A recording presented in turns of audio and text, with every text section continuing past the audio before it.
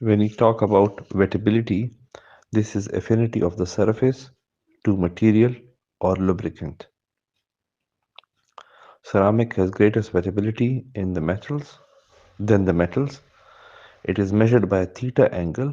The higher the theta angle, more the hydrophobic. Smaller the theta angle, better the lubrication.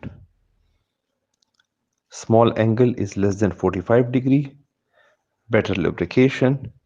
Large angle more than 9 degree, less wettability. Hardness, the surface property, ability of material to resist scratching. Ceramic has trough only, while metals have peaks and trough, and draw these while explaining.